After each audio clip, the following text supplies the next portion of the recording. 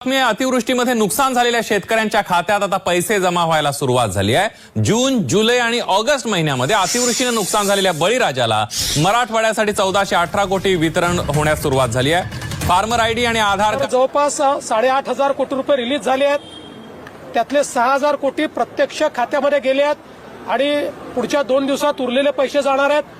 अजून 11,000 कोटी। शेतकरी बांधवांनो, तुमच्यासाठी अतिशय मोठी या ठिकाणी बातमी समोर आली आहे। शेतकरी बांधवांनो, आजचा हा व्हिडिओ सुरू करण्यापूर्वी मी तुम्हाला एक गोष्ट सांगतो। आजही तुम्हाला हा व्हिडिओ शेवटपर्यंत नाही पाहिला तर कदाचित तुमच्या खात्यावरती येणारे 1000 रुपये तुम्ही स्वतः गमावू देखील शकता। म्हणून एक विनंती, हा व्हिडिओ शेवटपर्यंत शांतपणे ऐका। राज्यातील सर्व शेतकरी बांधवांसाठी आज एक अत्यंत मोठी आणि ऐतिहासिक आणि दिलासादायक घोषणा या ठिकाणी समोर झालेली आहे आणि घोषणा देखील झालेली आहे। आजपर्यंत शेतकरी पीक विम्यासाठी अनेक दिवस वाट पाहत होता, नुकसान भरपाईसाठी देखील वाट पाहत होता, पण आज सरकारने स्वतः आपल्या राज्याचे मुख्यमंत्री देवेंद्र फडणवीस यांनी स्वतः येऊन शेतकऱ्याच्या बाजूने ठाम या ठिकाणी निर्णय घेतलेला आहे आणि आजपासून कोणत्याही शेतकऱ्यांनी पैसे मिळतील का नाही याची तुम्ही चिंता करण्याची गरज तुम्हाला भासणार नाही, कारण सरकारने थेट शेतकऱ्याच्या बँक खात्यावर पैसे टाकण्याचा या ठिकाणी निर्णय घेण्यात आलेला आहे। या निर्णयाचं नाव आहे ते म्हणजे DBT, direct benefit transfer. Direct benefit ट्रान्सफरच्या माध्यमातून तुमच्या खात्यावरती कसल्याही परिस्थितीत आज या ठिकाणी पैसे जमा होणार असल्याची माहिती या ठिकाणी सरकारकडून सांगण्यात आलेला आहे। याचा अर्थ सरकारकडून निघालेला पैसा सरळ शेतकऱ्याच्या खात्यामध्ये कुठेही न अडकता तुमच्या खात्यावरती जमा होणार आहे। आतापर्यंत काय होत होतं, आतापर्यंत विमा कंपनीकडे फाईल अडकायची, त्यानंतर बँकेत अडचण यायची, त्यानंतर अधिकाऱ्याकडे कागदपत्र पडून राहायचे आणि शेवटी शेतकऱ्याच्या हातामध्ये भोपळा यायचा। त्यामुळे अनेक शेतकरी निराश व्हायचे, पण आता हे सगळं बंद होणार आहे, कारण सरकारने मध्यस्थ या ठिकाणी पूर्णपणे काढून टाकले आहेत। हा निर्णय आपल्या राज्याचे मुख्यमंत्री माननीय देवेंद्र फडणवीस यांनी स्वतः जाहीर केलेला आहे। मुख्यमंत्री स्पष्ट शब्दामध्ये म्हणाले, शेतकऱ्याला आम्ही कोणत्याही गरीब शेतकऱ्याचे पैसे बुडवणार नाहीत, तो शेतकऱ्याचा पैसा शेतकऱ्याला मिळालाच पाहिजे। म्हणून आता मुख्यमंत्र्यांनी थेट आदेश देखील या ठिकाणी काढलेले आहेत। तुम्ही थेट यादी काढा आणि तुमच्या थेट पैसे देखील तुमच्या खात्यावरती जमा होणार आहे। त्यामध्ये यादीमध्ये देखील नाव तपासा। आता यादीमध्ये नाव कसं तपासायचं आहे याची देखील मी शेवटी सगळी माहिती देणार आहे, त्यामुळे व्हिडिओ 1 सेकंदही न स्किप करता व्हिडिओ तुम्ही शेवटपर्यंत पाहत राहायचा आहे। आता ही यादी म्हणजे काय, तर आपल्या राज्य सरकारने जिल्ह्यानुसार, तुमच्या तालुक्यानुसार आणि तुमच्या शेतकऱ्याच्या वर्गानुसार या ठिकाणी संपूर्ण जो तुमचा डेटा आहे तो आता सरकारने तपासून पाहिलेला आहे। कोणत्या शेतकऱ्याचं नुकसान झालंय, कोणत्या शेतकऱ्याचं किती नुकसान झालंय, कोणत्या शेतकऱ्याचं किती एकर नुकसान झालंय याची संपूर्ण माहिती आता शेतकऱ्यांनी महाराष्ट्र सरकारने तपासलेली आहे। म्हणून त्या आता कोणकोणते शेतकरी चुकीच्या पद्धतीने अर्ज भरले त्यांना अपात्र करण्यात आले आणि जे खरंच या ठिकाणी जे पात्र शेतकरी आहेत त्यांना पात्र शेतकऱ्याची यादी देखील आता सरकारने तयार केलेली आहे। आता तुमचं नाव अपात्र यादीमध्ये येते का पात्र यादीमध्ये येते याची देखील तुम्हाला आता सगळं माहिती जाणून घेणं गरजेचं आहे, कारण आता जे काही नियम आहेत त्या आता जवळजवळ 7 ते 8 नियम आता सरकारने सांगले। त्या 7 ते 8 नियमांमध्ये तुम्ही बसत असाल तर तुमचं नाव या ठिकाणी पात्र यादीमध्ये येणार आहे। आता ते कोणकोणते नियम आहेत ते देखील मी तुम्हाला सांगणार आहे, त्यामुळे व्हिडिओ तुम्हाला सलग शेवटपर्यंत पाहायचा आहे। आता सगळ्यात महत्त्वाचं म्हणजे तुम्ही चॅनलवर जर पहिल्यांदा आला असाल तर पटकन तुम्ही लाईक करून घ्या। लाईक केला तर तुम्हाला जास्तीत जास्त शेतकऱ्यापर्यंत हा व्हिडिओ पोहोचतो, त्यामुळे महत्वाची मदत म्हणून तुम्ही सुरुवातीला व्हिडिओला लाईक करा। तर या यादीमधील एक शेतकऱ्याच्या खात्यावरती 100% पैसे या ठिकाणी जमा होणार आहेत। आता सर्वात मोठा प्रश्न तुमच्या मनामध्ये आला असेल की आम्हाला नेमके पीक विम्याचे पैसे, नुकसान भरपाईचे पैसे आम्हाला किती मिळणार, तर याबाबत आपल्या राज्याचे मुख्यमंत्री माननीय देवेंद्र फडणवीस सरकारने या ठिकाणी सांगण्यात आलेलं आहे की शेतकऱ्याच्या जवळजवळ शेतकऱ्याच्या मुख्यमंत्री स्वतः म्हणाले की आम्ही कोणाला 10,000 रुपये देणार आहे, ना कोणाला 15,000 रुपये देणार आहे, ना कोणाला 20,000 रुपये, तर सरासरी प्रत्येक शेतकऱ्याला आम्ही 17,000 रुपये जे काय आम्ही पाठीमागच्या महिन्यामध्ये जे आपलं पावसाळा झाला त्या पावसाळ्यामध्ये शेतकऱ्याचं भरपूर नुकसान झालं होतं, अशा शेतकऱ्याच्या खात्यावरती पीक विम्याची रक्कम या ठिकाणी आम्ही देणार आहोत।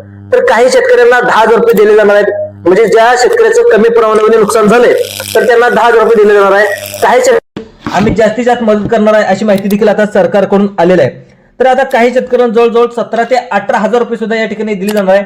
आता तुमच्या मनामध्ये प्रश्न आला असेल की एवढा फरक काय की एकाला 18,000 एकाला 10,000 असं का तुम्हाला मनात चर्चा आली असेल, तर प्रत्येक शेतकऱ्याचं या ठिकाणी नुकसान वेगळं असलं नाही। एखादं डाळिंबीच नुकसान झाले असते, एखादं ज्वारीच झालेलं असते, एखाद्याचं बाजरी झाले असते, एखाद्याचं मक्का झालेलं असते, त्यामुळे आता प्रत्येकाला ज्याचं महागडे पीक असेल त्यांना जास्त पीक विमा मिळणार आहे, ज्याचं साधारण पीक असते त्यांना साधारण या ठिकाणी 10,000 पर्यंत पीक विमा मिळणार आहे।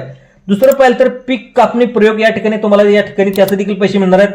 तुमच्या जमिनीचं क्षेत्रफळ किती आहे, 1 हेक्टर आहे का 2 हेक्टर आहे, तुम्ही कितीचा पीक विमा भरला त्याच्यावर देखील तुमचं किती पैसे मिळणार आहेत या ठिकाणी त्याच्यावर डिपेंड आहे.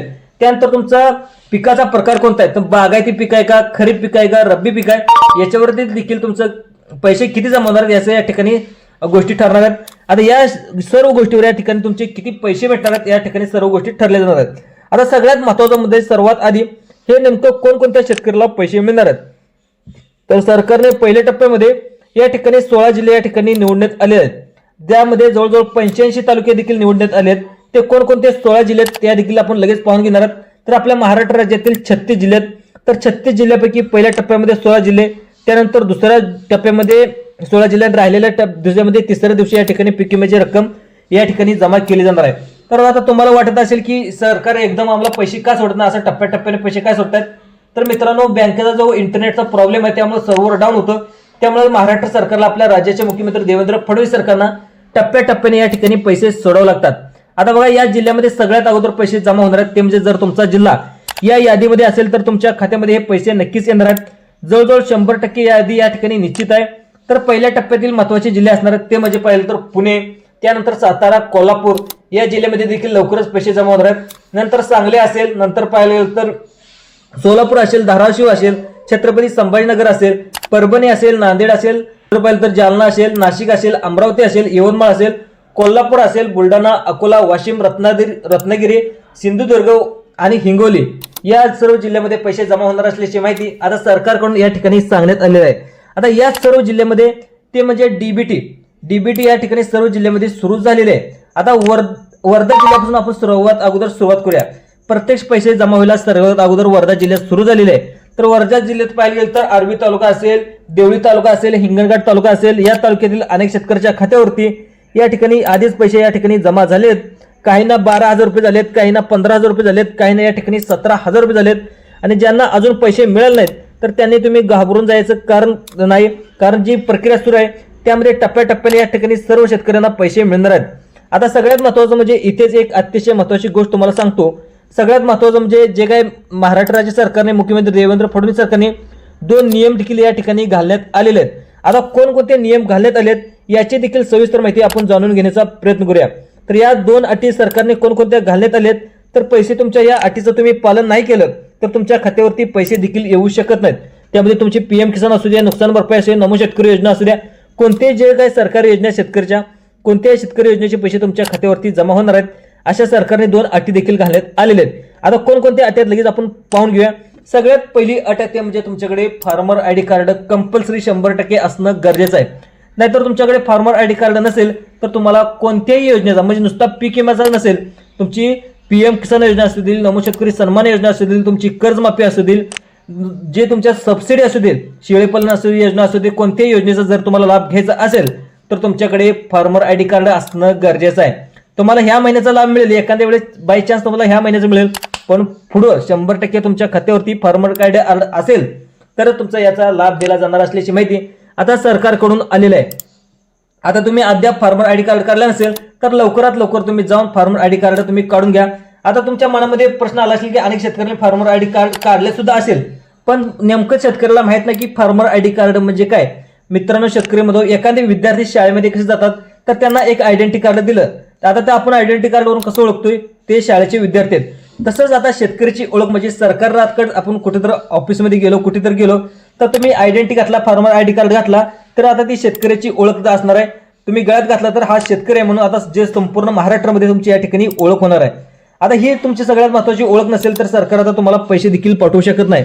तुमच्याकडे फार्मर ID कार्ड नसेल तर तुम्हाला आता अनेक वेळा बघा, एखादा 10वीत विद्यार्थी असेल त्याच्याकडे आयडेंटिटी कार्ड नसेल तर त्याला परीक्षेला देखील बसू दिलं जात नाही. तशा प्रकारे तुमच्याकडे फार्मर ID कार्ड नसेल तर तुम्हाला या ठिकाणी वेगवेगळ्या योजनेचे पैसे देखील आता सरकार पाठवणार नाही. आता फार्मर ID कार्ड तुम्हाला कुठे काढायची तर तुम्ही ग्रामसेवक कार्यालय देखील काढू शकता, त्यानंतर महाई सेवा केंद्रात देखील काढू शकता, CSC केंद्रात देखील काढू शकता. आता दुसरी अट आता सरकारने कोणती घातली आहे ते देखील आता पाहून घेणं अतिशय गरजेचं आहे. ते म्हणजे दुसरी अट तुमची ई-KYC तुम्ही अद्याप केलेली नसेल, त्यामध्ये PM किसान योजना असेल, नमो शेतकरी योजना असेल, नंतर पाहिलं तर पीक विमा असेल, नुकसान भरपाई असेल, तुमच्या बँकेच्या खात्याचे असेल, आधार कार्ड जे असेल, ज्या काही ई-KYC करायचे आहेत तुम्ही लवकरात लवकर या ठिकाणी करून घ्या. तुमच्या घरामध्ये लाडकी बहीण योजनेचा जर कोणता तरी व्यक्ती लाभ घेत असेल तिने देखील आता 2 दिवसाच्या 4 दिवसाच्या पाठीमागे ई-केवायसी केली असेल, तशाच प्रकारे तुम्हाला या सर्व योजनेची देखील ई-केवायसी करणं अतिशय गरजेचं आहे. जर तुमचं आधार कार्ड बँकेच्या खात्याशी लिंक असलं तर तुमच्या खात्यावरती या ठिकाणी पैसे जमा होणार आहेत. त्यानंतर तुमचा मोबाईल नंबर आधारला लिंक असणे देखील अतिशय गरजेचं आहे. आतापर्यंत तुमच्या खात्यावरती मोबाईल नंबर लिंक नसेल तर तुमच्या कदाचित पैसे आले असतील, पण इथून पुढे तुमचा मोबाईल हरवला असेल, तिथं सिम कार्ड देखील हरवलं असेल आणि जो तुमचा मोबाईल आधार कार्डला लिंक आहे तो देखील तिथं हरवला असेल आणि त्याच्यानंतर तुम्ही पुन्हा नवीन नंबर लिंकच केला नसेल तर तुम्हाला देखील या ठिकाणी योजनेचे पैसे जमा होणार नाहीत, अशी माहिती देखील या ठिकाणी सरकारकडून सांगण्यात आलेलं आहे. त्यानंतर बघा, तुमचं सगळ्यात महत्त्वाचं म्हणजे जे काही बँक खातं आहे, ज्या योजनेचे पैसे जमा होतात अशा योजनेचे बँक खातं सक्रिय असणं, चालू असणं अतिशय गरजेचं आहे. तर अनेक शेतकऱ्यांनी काय काढलेलं आहे, 1 रुपया सुद्धा बँकेच्या खात्यावरती नाही, बँक खातं असंच बंद पडू नये आणि सरकारी योजनेचे पैसे येतात ते जे काही बँकेने दंड लावले असते त्या दंडामध्ये सगळे पैसे जात असतात. त्यामुळे तुमचं बँक खातं चालू व्यवहार असलेलं चालू खातं या ठिकाणी देणं अतिशय गरजेचं आहे. ही तिन्ही तुमचे कामे पूर्ण नसतील तर तुमचं डीबीटी म्हणजे डायरेक्ट बेनिफिट ट्रान्सफर हे ठिकाणी फेल होतो. त्यामुळे तुमच्या सरकारी योजनेचे PM किसान योजना असू दे, नमो शेतकरी योजना असू दे, नंतर नुकसान भरपाई असेल, तुमची कर्जमाफी असू दे, ही कोणताच लाभ तुम्हाला या ठिकाणी दिला जाणार नाही. त्यामुळे अतिशय जे वरची 2 मी कामे सांगितलेत लवकरात लवकर तुम्हाला या ठिकाणी करून घ्यायचे आहेत. आता महाराष्ट्र राज्य सरकारने आणि मुख्यमंत्र्यांनी स्पष्ट सांगितलेलं आहे की आम्ही जर पैसे पाठवतच असतो पण चुकीच्या माहितीमुळे पैसे परत गेले तर त्याला सरकार जबाबदार नाही. म्हणूनच तुम्ही आजच फार्मर ID कार्ड तपासा, तुमची ई-केवायसी पूर्ण करून घ्या, आधार कार्ड तुम्ही लिंक आहे का ते देखील तपासून घ्या. आता अजून एक तुमच्यासाठी अतिशय महत्त्वाची बातमी म्हणजे ज्यांना पहिल्या टप्प्यामध्ये 10,000 रुपये अनुदान मिळालं नाही तर त्यांच्यासाठी देखील आता सरकारने दुसरा टप्पा या ठिकाणी जाहीर करण्यात आलेला आहे. या दुसऱ्या टप्प्यात तुम्हाला पुन्हा 10,000 रुपये मिळणार आहेत आणि थेट तुमच्या खात्यावरती या ठिकाणी जमा केले जाणार आहेत. तुमच्या मोबाईलवर देखील कदाचित पैसे जमा झाल्याचा SMS देखील आला असेल, तुम्ही लवकरात लवकर तुम्ही चेक देखील करू शकता. आता मुख्यमंत्री देवेंद्र फडणवीस यांनी देखील सांगले पुढील तुम्हाला 2 ते 6 दिवसात पहिल्या टप्प्यातील सर्व जिल्ह्यामध्ये पैसे जमा होतील. त्यानंतर काही ना आज, काही ना उद्या, काही ना पुढील आठवड्यात आणि पाहिलं तर शेवटी पुन्हा हा निर्णय शेतकऱ्याच्या इतिहासातील सर्वात मोठा निर्णय आहे. त्यामुळे डीबीटी आता थेट खात्यामध्ये या ठिकाणी जमा केली जाणार माहिती, अशी माहिती देखील आता सरकारकडून सांगण्यात आलेलं आहे. त्यामुळे आता दलाल मुक्त या ठिकाणी कोणत्याही मध्ये तुमच्या योजनेचा एजंट नसणार आहे. त्यामुळे तुमच्या थेट पैसे सरकारच्याकडून तुमच्या बँकेच्या खात्यावरती जमा होणार आहे. त्यामुळे शेतकऱ्यांचा थेट फायदा देखील होणार आहे. आता सगळ्यात महत्त्वाचं म्हणजे प्रत्येक शेतकऱ्यांना हा व्हिडिओ तुम्ही शेअर करण्याचा प्रयत्न करा. जे अशाच मोठ्या अपडेट आहेत, पीक विमा असू दे, नमो शेतकरी योजना असू दे, कर्जमाफी असू दे, असे आपण अपडेट आपल्या शेतकऱ्यासाठी, लाडक्या शेतकऱ्यासाठी आपण घेऊन येत असतो. जर तुम्हाला हा व्हिडिओ आवडला असेल तर नोटिफिकेशन बेलवरती तुम्ही ऑल दाबा आणि चॅनलला सबस्क्राईब करून जे बेल आयकॉनची घंटी दिसते ते घंटीला देखील दाबून ठेवा, कारण सगळ्यात अगोदर मी व्हिडिओ टाकला की तुमच्यापर्यंत तो पोहोचतो. त्यामुळे पुढच्या व्हिडिओमध्ये नक्की पोहोचू. तोपर्यंत धन्यवाद. जय जवान, जय किसान.